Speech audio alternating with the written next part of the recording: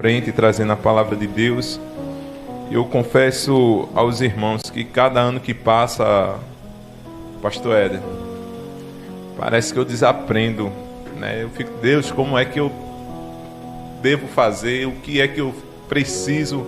Como é que eu preciso orar? Como é que eu preciso direcionar o teu povo?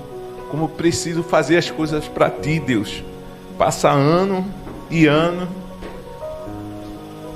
e sempre a mesma pergunta. Porque conduzir um povo à vontade soberana de Deus, o Altíssimo, o Santo de Israel, não é fácil. Mas é necessário. Porque ou a gente faz isso, ou toda uma geração perece. Ou a gente faz isso, ou as nossas famílias serão abatidas pelo inimigo. Ou a gente cria coragem e busca um avivamento, ou os nossos filhos, os nossos netos serão deslacerados por este mundo. Porque a palavra de Deus diz que o mundo jaz o maligno. Então é aí que a gente recebe força para permanecer firme nos pés do Senhor. Eu gostaria que você abrisse sua Bíblia em Joel. Joel é um pequeno livro, nosso profeta menor, não pela grandeza do homem, mas porque ele escreveu pouco comparado a Ezequiel, a Daniel. Esse profeta, amados, ele não cita nenhum rei. Ele provavelmente escreveu ali no período pós-cativeiro da Babilônia, na reconstrução do templo. Obrigado. Esse profeta, cujo nome é Joel, o significado do seu nome é o Senhor é Deus, né? E identifica-se como filho de Petuel. Também o que me chama a atenção aqui é que provavelmente ele profetizou no início do rei Joás, que começou o seu reinado com apenas 7 anos. Esse livro, ele tem como tema principal o grande e terrível dia do Senhor. Então ele faz um prenúncio do que há de vir e do que no tempo atual está acontecendo no tempo dele, por volta de 830 anos antes de Cristo. A gente vai ler um pouco e a gente vai conhecer um pouco da história dele. E ele vai falar da grande desolação do tempo que ele viveu em Judá. No capítulo 1, a palavra de Deus, amados, de Joel diz assim: a palavra do Senhor que foi dirigida a Joel, filho de Petuel, ouvi isto, vós ancião, escutai, todos os moradores da terra, aconteceu isto em vossos dias? Ou também nos dias dos vossos pais? Fazeis sobre isto uma narração a vossos filhos, e a vossos filhos, a seus filhos e os filhos destes, a outra geração. O que ficou da largata, o comeu o gafanhoto, e o que ficou do gafanhoto, o comeu a locusta. O que ficou da locusta, o comeu o pulgão. Despertai, ébrio, e chorai, gemei todos os que bebeis vinho, por causa do gosto, porque tirado é da vossa boca. Porque uma nação subiu sobre a minha terra, poderosa e sem número. Os seus dentes são dentes de leão, e tem queixadas de um leão velho. Fez a minha vide uma assolação e tirou a casca da minha figueira e despiu toda e a lançou por terra. Os seus sarmentos embranqueceram. Lamenta como a virgem que está cingida de pano de saco pelo marido da sua mocidade. Foi cortada a oferta de manjar e a libação da casa do Senhor. Os sacerdotes, servos do Senhor, estão entristecidos.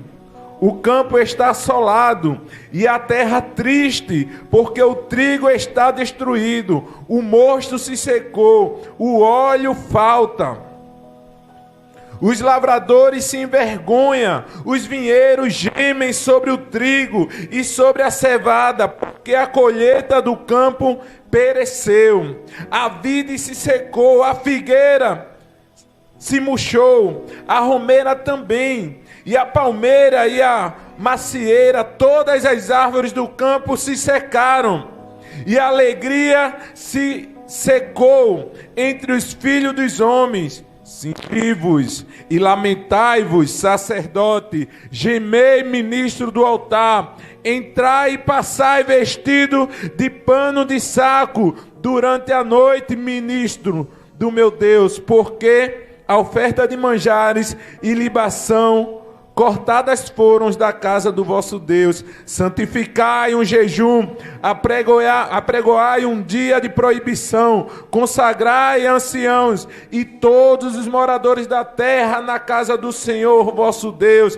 e clamai ao Senhor aquele dia, porque o dia do Senhor está perto e virá como assolação do Todo-Poderoso. Só até aí, amados, podeis assentar em nome de Jesus. Amados, aqui está uma história contada pelo profeta Joel da grande aflição que o povo de Judá está passou, na verdade. E essa aflição, amados, veio no momento em que o povo de Israel, Judá, foi liberto do cativeiro da Babilônia. E eles voltam para Jerusalém e constroem o templo de Jerusalém, um local onde se adora ao Senhor, o local onde tem a arca, os utensílios santos do Senhor, o local onde todos estão reunidos para adorar o nome do Senhor. E o povo volta. E essa reconstrução do templo foi um marco na história do povo de Deus. Porque o povo de Deus, enquanto estava cativo na Babilônia, clamavam, choravam, pediam a Deus para que houvesse a restauração do templo. E voltam e constroem. E está ali agora o templo. E os profetas naquele tempo onde não havia ainda um rei instaurado. Porque todos os outros reis estavam presos ou mortos, que foi de Israel por conta do cativeiro da Babilônia.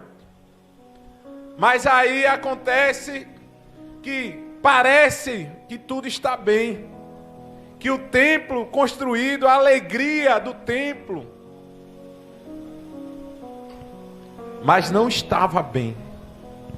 Às vezes é assim, a gente vem para a igreja, ora ao Senhor, lê a palavra, dança, canta, mas não está bem. Porque o culto é para o Senhor. E naquele momento havia muita apostasia da fé, havia outros deuses, havia adoração de forma errada, a qual não agradava o Senhor no templo. Havia ali um povo que estava somente de aparência adorando ao Senhor. E aqui o profeta, logo no início, no versículo 2, diz assim, ó: ouvi isto, vós ancião, e escutai, todos os moradores da terra. Aconteceu isto em vossos dias, ou também nos dias dos vossos pais? Fazei sobre isto uma narração aos vossos filhos. O profeta começa a dizer: olha, essa assolação que veio sobre Judá é um prenúncio do Senhor dizendo que as coisas não estão boas na casa dele e precisa mudar. E essa praga de gafanhoto que adveio sobre Judá deslacerou todo o campo, fez com que toda a plantação morresse, perecesse. Não havia mais agora como alimentar o gado, não havia mais como alimentar os animais. E junto com isso veio uma grande seca, onde o profeta diz que as vacas começaram a ficar tontas, porque não havia água e não havia alimento, pastagem, matos para ela comer. E isso gera uma consequência, porque começa faltando as coisas nos animais, e daqui a pouco está faltando para a gente também, porque é um ciclo. Nós dependemos um do outro. Mas houve ali uma grande tormenta, houve ali o juízo de Deus para aquele tempo, por conta do mundo, por conta do povo de Deus, que não estava fazendo as coisas conforme Ele quer que faça. Bem pregou a pastora aqui sobre a arca, sobre a presença de Deus, que foi levada pelo rei Davi de uma forma errada. Colocou o melhor boi, a melhor carroça, e colocou a arca para ser levada para Jerusalém. Mas naquele momento a carroça tombou, e ali colocou-se a mão uma pessoa e morreu. Porque as escrituras diziam que para levar aquela arca era necessário ter sacerdote. Havia um ritual que o Senhor tinha determinado para que se levasse a sua presença. E ali a presença do Senhor, ela é tão grande que acaba matando aquela pessoa com a intenção até de ajudar, de não deixar a arca cair no chão. Mas uma coisa que começa errado não pode terminar certo se não for direcionada por Deus. As coisas do Senhor é santa. As coisas do Senhor precisam ser feita da forma como Ele quer. Quem, porventura, quiser trazer um fogo estranho para o altar do Senhor, para o templo do Senhor, para o tabernáculo do Senhor, pode ser fulminado. Temos que temer de estar aqui à frente, pregando, dançando, cantando, porque estamos fazendo para Deus. Isso pode trazer um prejuízo para nós, para a nossa vida, para a nossa família. Há uma forma correta de adorar a Deus. E a forma correta, amados, primeiramente, é com o coração contrito e quebrantado. Ninguém aqui é perfeito. Ninguém aqui tem o dom da excelência de não errar,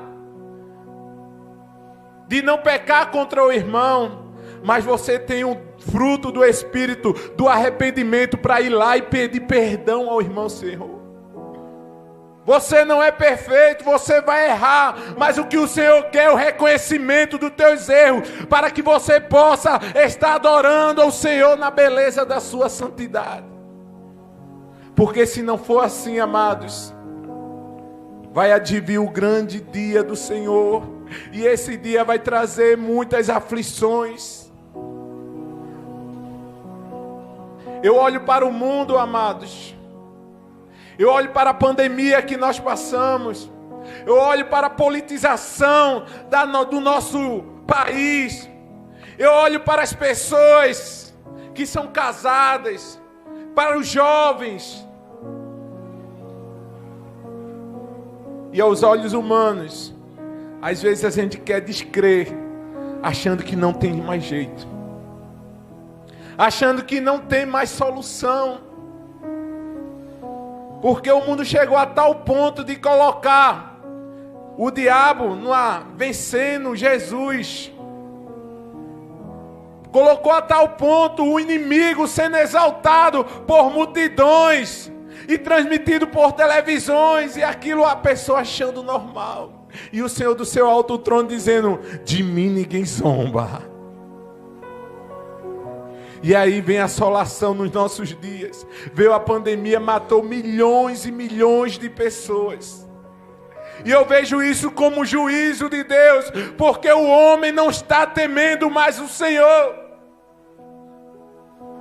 Mas existe um juízo para o nosso tempo. Terremotos, maremotos, pandemia. Se você observar na história, de 100 em 100 anos, tem um acontecimento histórico no mundo. Febre amarela, catástrofe, vulcões, erupções, terremotos, muitas e muitas outras doenças assolando o mundo. Mas também, se você observar, de 100 em 100 anos, há um avivamento do Senhor para a igreja. E é esse avivamento que nos faz ficar firme nas promessas de Deus. É esse avivamento que nos faz renunciar ao pecado. É esse avivamento que, mesmo em meio às assolações do mundo, nós permanecemos firmes no Senhor, porque sabemos que Ele é que nos sustenta. É Ele que sustenta o mundo. Mas o profeta disse: anunciais de geração em geração que o dia do Senhor virá. E veio naquele tempo o dia do Senhor. E se nós olharmos, ninguém que era daquela época está vivo hoje. Mas os olhos de quem estava vivo viram o grande e terrível dia do Senhor sobre a terra.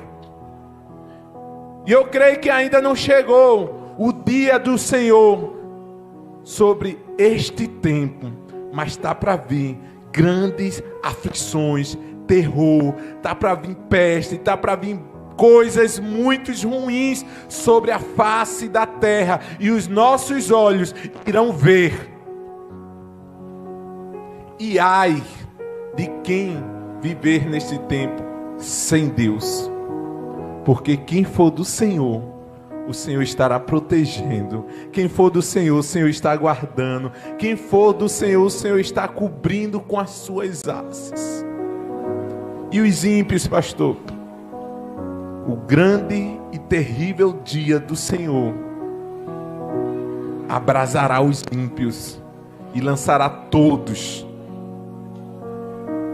em grandes aflições. E com isso ficamos alegres? Não. Ficamos tristes. Porque infelizmente é uma realidade que muitos estão se desvinculando, que é o dia do juízo do Senhor, que está chegando. Por isso que nós, como igreja, buscamos a santidade. Por isso que nós, como igreja, quando um jovem está se relacionando e diz: olha, vai lá, se relaciona, namora, noiva, faz tudo certinho, casa. Por quê? Porque quando chegar o grande dia do Senhor, quem tiver em fornicação vai ficar. Por isso que nós dizemos para os homens: ame a sua mulher, seja fiel a ela até a morte, não adultere. Por quê? Porque se adulterar, quando chegar o grande dia do Senhor, irá ficar. Por isso que nós dizemos à igreja: quando você porventura ao seu irmão falar algo que desagrade a ele, irritar o seu irmão, chegue até ele e peça perdão, porque se você não liberar perdão, você não será perdoado. E quando chegar o grande dia do Senhor, você vai ficar. Então há uma necessidade, amados, de nós sermos avivados. E talvez, como a pastora bem disse aqui na escola dominical, achamos que o avivamento é um movimento pentecostal. Não. O avivamento é muito diferente, amados. Sabe o que é avivamento? É quando você erra com o seu irmão. Você tem o coração contrito e quebrantado de se humilhar diante de Deus e ir lá pedir perdão a Ele. Um dia o pastor Éder disse: pastor, eu falei algo em relação a você. E agora Deus me mostrou que você é um profeta, que você é um homem de Deus, que você realmente é o escolhido dele. E eu quero te pedir perdão. Porque ele chegou para pedir perdão? Porque ele é avivado, porque ele vive a palavra, porque ele reconhece que Deus está sobre tudo e todos.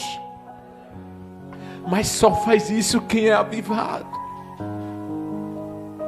Outro dia liguei para a pastora, vi uma palavra sendo ministrada pela televisão lá, Hernandes Santos, um homem de Deus, e ele falou algo que o Espírito Santo falou com ele, disse: olha, você falou mal do seu pastor. E ele disse: eu? Não, eu não falei mal. Falou sim, não falo do meu pastor para ninguém, você falou. E ele relutando com o Espírito Santo que estava falando com ele, e ele disse: me mostra então, Deus, onde é que eu falei mal do meu pastor. Aí Deus pegou e brandou no coração dele: você falou do seu pastor para a sua esposa. E eu não posso falar para minha esposa, nós somos uma carne só. Se eu não falar para ela, eu falarei para quem? Para mim, que sou o teu Deus. Imediatamente ele liga para o pastor dele. Era alta madrugada. E ele disse: eu vou ligar. Quer dizer, ele ficou receoso de ligar de madrugada. Mas chegou ali, o Senhor disse: ligue, porque ele está acordado. E ele disse: pastor, eu estou ligando para o Senhor, porque Deus pediu para eu pedir perdão para o Senhor. Falou para eu pedir perdão para o Senhor. E ele foi lá e disse: sim, mas perdão por quê? O que é que você fez contra mim? Nada, não, pastor, não fiz nada. Não, você fez, fale, pelo amor de Deus. Foi o que você falou mal de mim? Não, pastor, é porque eu falei para minha esposa que eu ligo para o Senhor e o Senhor nunca atende. E isso me deixava irritado. E eu falei para minha esposa, mas Deus me mandou pedir perdão ao Senhor. Está perdoado, amado, em nome de Jesus. E ali essa palavra tocou o meu coração. E eu disse: rapaz, eu tenho que ligar para minha pastora, que é minha mãe. Porque crente avivado é assim, reconhece que erra, que errou. E eu disse: mãe, a senhora lembra naquele dia que a senhora falou? E eu botei um bicão. E mãe, a senhora também. Tá bom, toda vez. Me perdoa. Me perdoa, porque a dupla honra que eu tenho que honrar ela como minha líder, pastora, e como a minha mãe. Mas um crente avivado é assim. Um crente avivado é um filho obediente. Um crente avivado quer alegrar o coração da sua mãe e do seu pai. Um crente avivado, mesmo os pais sendo quem são, não honrando a palavra, mas nós que honramos a palavra, honramos aos nossos pais. Porque é assim que Deus nos ensina, para que sejamos avivados. E a palavra de Deus é extraordinária. Quando nós fazemos isso, quando nós vamos lá pedir perdão, colocamos uma brasa quente na cabeça do irmão. E essa brasa quente, ele fica sem entender por que isso está acontecendo. Porque há crente avivado no meio do povo de Deus. E o crente avivado tem o desejo, a vontade de fazer aquilo que é correto. Amados, existem algumas situações nas nossas vidas. Eu escrevi um monte de coisa, não está saindo nada que eu escrevi aqui. Mas uma das coisas que eu queria aqui compartilhar com você é que tem que haver um reconhecimento pessoal de cada um de nós, de que mesmo a gente estando na igreja, nos falta algo. Mesmo a gente orando, nos falta algo. mesmo a gente vivendo uma vida que agrada a Deus, nos falta algo. E falta o quê, pastor? Abra sua Bíblia em 1 Coríntios, capítulo 11.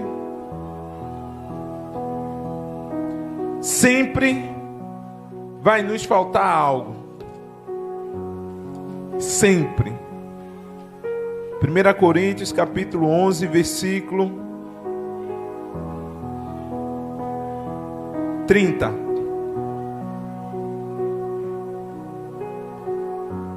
Por causa disso, há entre vós muitos fracos e doentes, e muitos que dormem, porque se nós nos julgássemos a nós mesmos, não seríamos julgados, mas quando somos julgados, somos repreendidos pelo Senhor, para não sermos condenados com o mundo. Por isso que sempre há uma necessidade de nos avaliarmos, mas não a nós mesmos, mas dizer: Senhor, sonda o meu coração, quebranta-me e vê se há em mim alguma coisa que precisa ser mudado, porque muitas vezes nós fazemos juízo de valor de nós mesmos, achando que somos corretos, achamos que estamos certos, que estamos com a razão, mas só quem tem a razão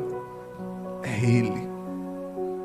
Talvez na tua razão você vai dizer: mas eu estou certo, mas eu não falei coisas erradas, mas eu feri um princípio de Deus, mas eu feri o conselho de Deus, mas eu fiz algo que entristeceu o Espírito Santo. E muitas vezes eu perguntava: mas Deus, eu orei, mas Deus, eu li a palavra, mas Deus, eu fiz isso, fiz aquilo, mas quando eu vou pregar, não sinto a tua presença, não sinto-me avivado.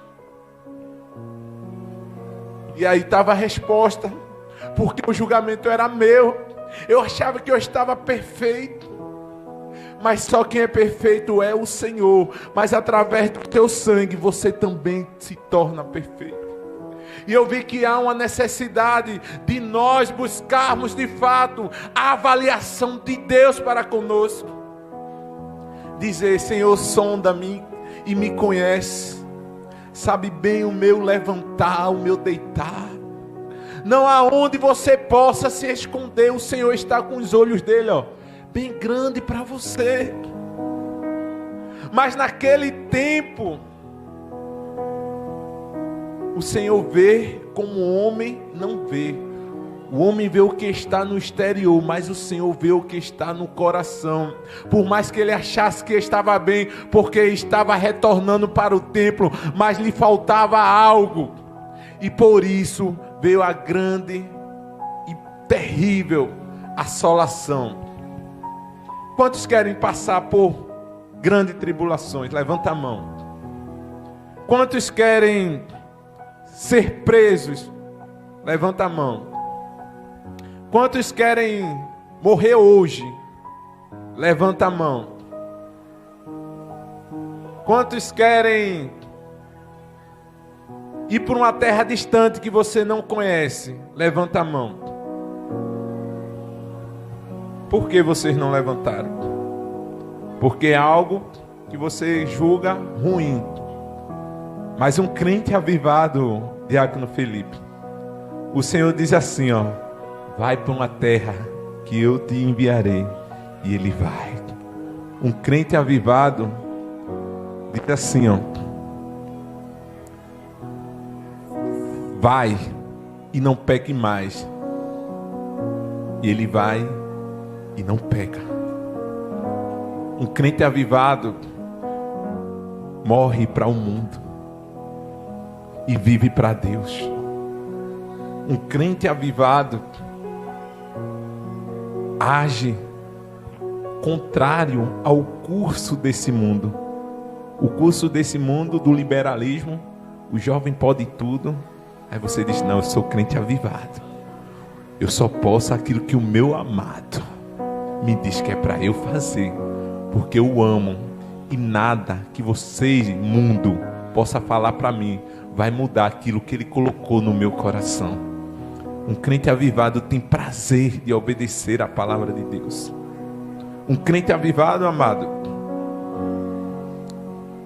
mesmo em meio à prisão, que ninguém queria ir, mas Paulo e Silas estavam lá. Mas em meio às prisões, estava adorando, exaltando, e as prisões se abriram. Um crente avivado, amados. Talvez você diga, eu quero o avivamento. Mas o crente avivado recebe avivamento para fazer coisa extraordinária. Mas essa coisa extraordinária que o crente avivado recebe poder para fazer, vai te levar a prisões. Vai te levar à solidão muitas vezes. Vai te levar para um lugar que você não quer ir. Vai te levar a fazer coisas que você não quer fazer. Mas você vai fazer, porque um crente avivado vai ter prazer de cumprir o propósito de Deus. Porque quando acabar o teu propósito, você vai se embora dessa terra. Mas enquanto há um propósito, enquanto o Senhor está renovando a tua força, o Senhor está te fortalecendo para ser um crente avivado onde quer que você esteja, que você receba um avivamento do Espírito do Senhor para fazer proezas em seu nome. É muito bom a gente querer ser um crente avivado, estando em meio às luzes, às discotecas, alegrando o nosso coração, estando um bocado de jovem.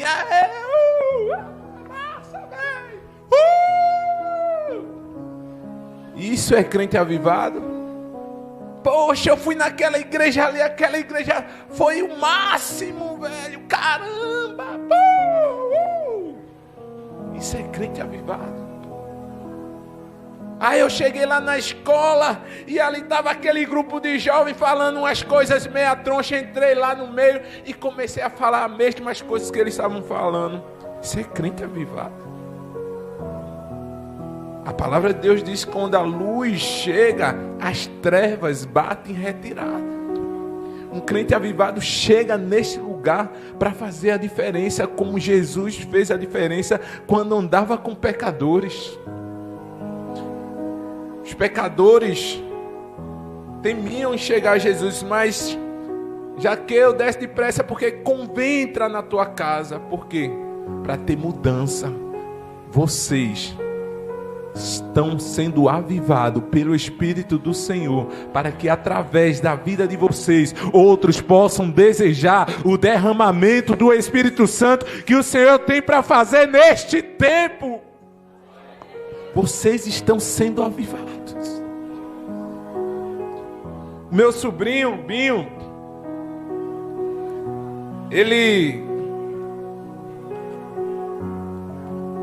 esses dias eu estava conversando com ele. Ele vai lá para casa, ele está estudando para fazer a AGS.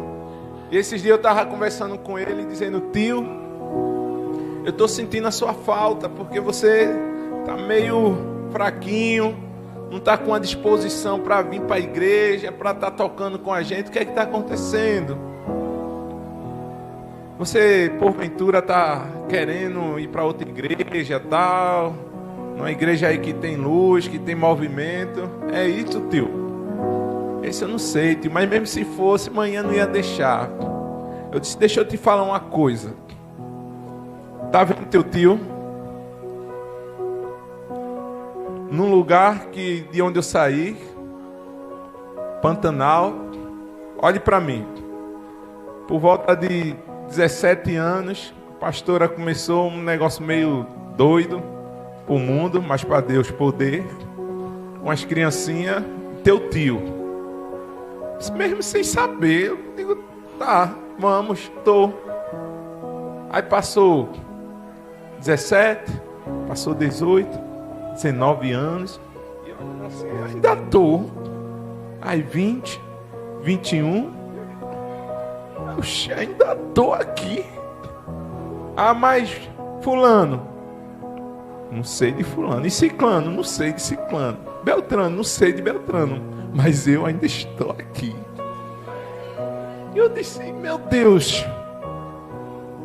Aí eu digo, tá bom, Deus, eu acho que é um mistério aqui, né? Vamos lá, continuar, Deus. E aí, Deus vai fazendo uns mover dele, entro no quartel, aí passo para cabo, aí permaneço aqui. Eu digo, sou cabo e ainda estou aqui, Deus. Aí eu disse, agora eu vou me desvincular. Passei para sargento. Aí a pastora começou a mover os céus e a terra, o que é ligado na terra é ligado no céu. Aí de repente eu tiro uma nota extraordinária e consigo voltar. Aí eu digo, mas meu Deus, eu ainda estou aqui.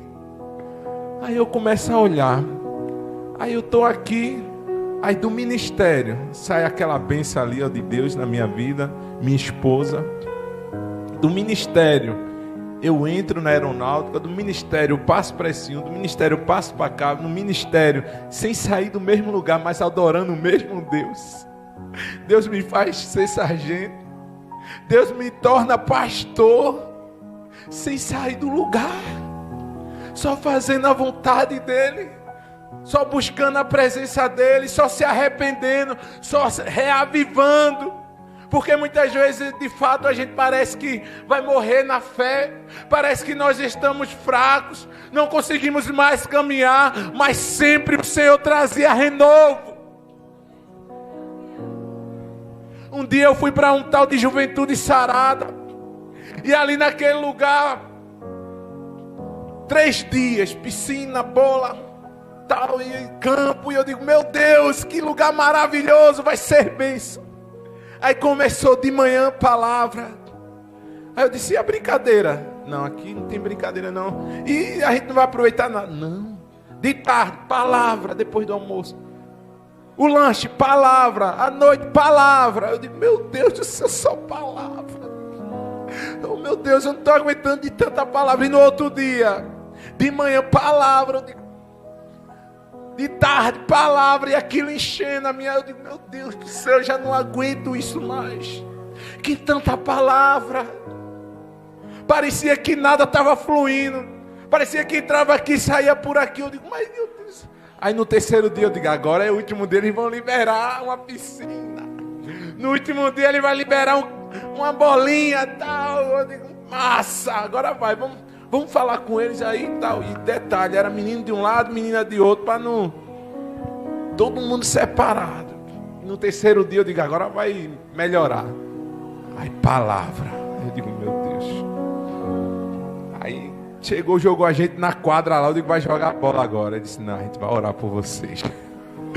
Aí eu disse, aí... ele mandou a minha mãe fazer uma carta, né? A mãe escreveu uma carta, aí eu comecei a ler. Aí começou a vir as lágrimas. Eu comecei a me emocionar. Eu digo, meu Deus do céu. Eu não lembro do conteúdo, mas sei que eu chorei na hora. E eu olhava para o lado e tomei pessoas chorando. Olhava para o outro, tomei pessoas chorando. Aí depois começaram a colocar a mão sobre a minha cabeça. E ali eu não consegui me conter. A presença de Deus era tão grande, tão grande, tão grande, que começou a sair, jorrar água de dentro de mim. Eu digo, meu Deus, que é isso? Sem entender. E ali eu percebi que algo diferente estava acontecendo dentro de mim. Algo diferente que foi um marco na minha vida que jamais cessará aquela fonte que eu recebi lá, porque aquela fonte é Jesus. E eu senti o poder de Deus, e eu olhava para o lado assim, toda a igreja sendo renovada pelo Espírito Santo do Senhor. E eu sem entender aquilo, mas eu começava a falar em línguas, começava a clamar ao Senhor, e eu sem entender, mas no final, quando a gente vai embora, e eu começo a passar a semana todinha me lembrando daquele momento. E eu dizia assim na minha mente, nem melhor comida que eu já comi é mais gostoso do que sentir a presença. Nem maior prazer na vida que eu senti, não tive maior prazer do que sentir a presença de Deus jorrando de dentro para fora. Porque quando a presença de Deus entra, Ele muda a nossa mente, muda a nossa estrutura, muda a nossa visão. Ele está agora no controle. E pastor, o senhor errou daqui para lá, errei muito. Mas todos os erros, em tudo, enquanto eu errava, pode ser em fornicação, em mentira, em falar mal de alguém, em todos os momentos, o Espírito Santo de Deus, aquele que me tomou naquele dia que eu nunca mais esqueci, ele começou a dizer: olha, está errado, se arrepende, volta de onde tu caíste, você precisa sair desse calabouço. E em muitos momentos eu falhei com o Espírito Santo. Em muitos momentos eu vi que eu precisava retornar. Em outros momentos até pensei em parar. Eu lembro que alguém já foi ali pastor não, na época que eu era jovem, dizer: cara, nós estamos sentindo a tua falta, não para, continua, recebe força do Senhor, Deus te chama. E naquele momento eu reconheci que era necessário acender a chama novamente. Talvez você está aqui hoje precisando reacender a chama, precisando sentir a presença de Deus para te impulsionar a viver um novo vinho, a fazer coisas extraordinárias, estando no centro da vontade de Deus.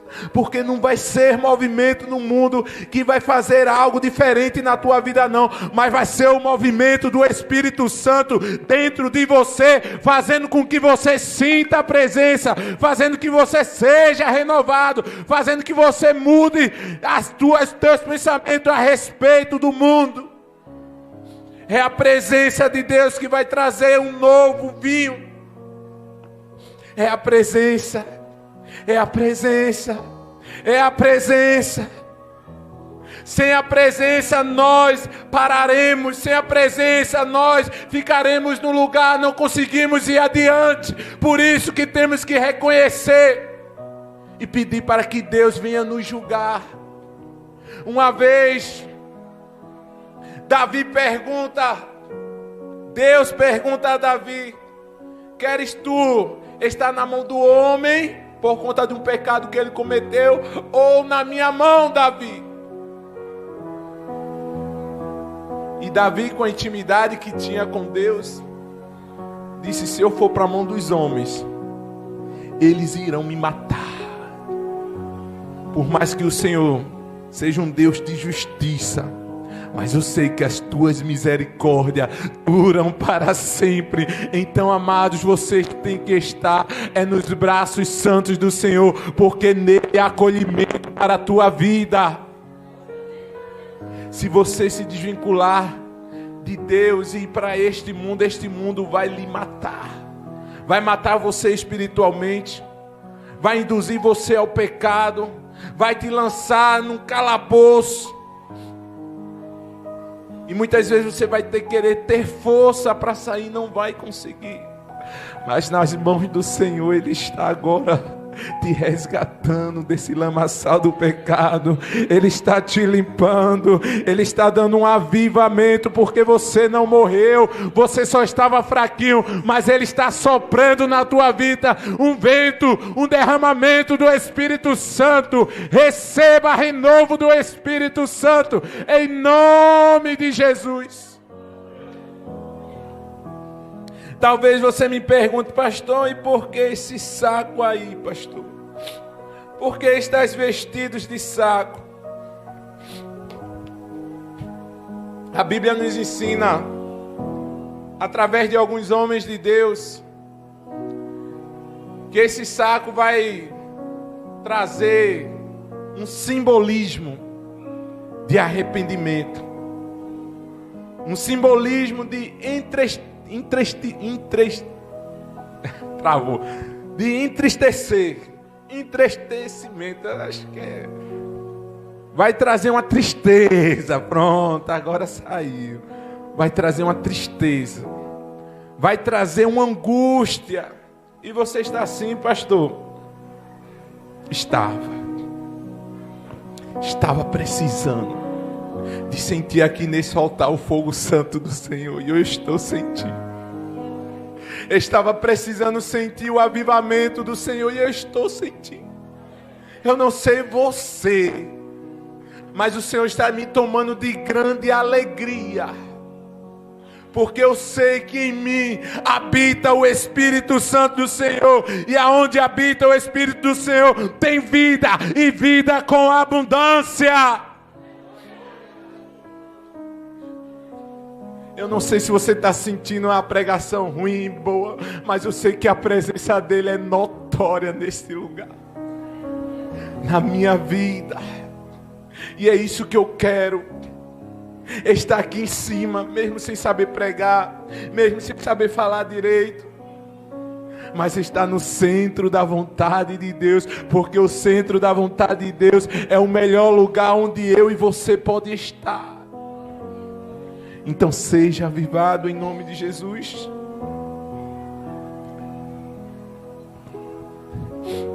Lá em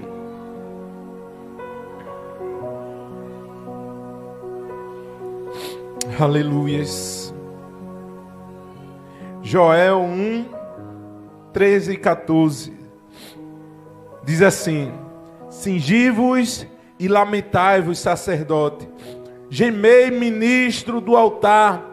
Entrai e passai a noite vestido de saco, ministro de Deus, porque a oferta de alimentos e libação foram cortadas da casa do vosso Deus. Santificai um jejum, convocai uma assembleia solene, congregai os anciões e todos os moradores dessa terra na casa do Senhor vosso Deus. Amados, quando veio aquele gafanhoto que acabou com tudo, nem oferta para entregar no altar do Senhor de manjares havia. Não havia vinho para fazer a libação, que era o derramamento do vinho ou da água, porque havia muita seca. Não havia oferta. E muitas vezes nossas vidas estão assim. Parece que passou ali uns gafanhotos, começaram a consumir a nossa fé, começaram a consumir a nossa vida, consumir o nosso sono, trazendo angústia. Esses gafanhotos também podem representar a destruição do mundo sobre as nossas vidas. E às vezes você não consegue trazer a oferta para o altar. Você não consegue estar aqui dançando e tendo a convicção que Deus está recebendo. Porque o gafanhoto, o devorador da alegria, da santidade, da presença de Deus, passou na tua vida. E você fica sem ter o que dar. Aí está aqui, ó.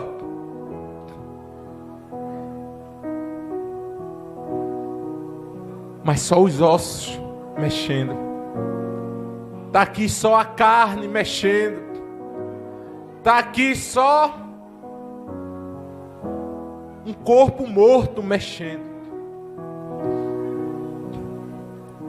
Mas é uma promessa de Deus que vai estar aqui, não só apenas corpo,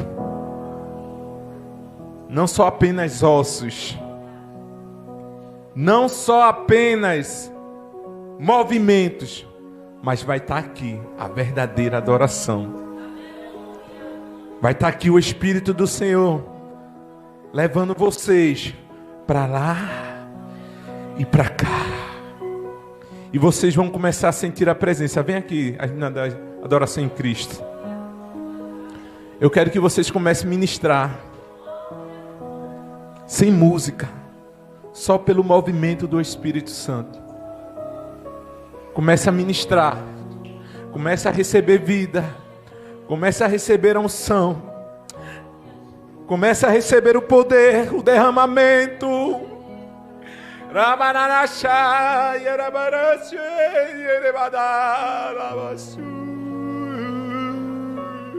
Ye manarara she yaramana ye marabashe rabarashe yaraba ye ramanasha yarabashe marabadasha yeribarana ye rabashe ribagana yarabashuri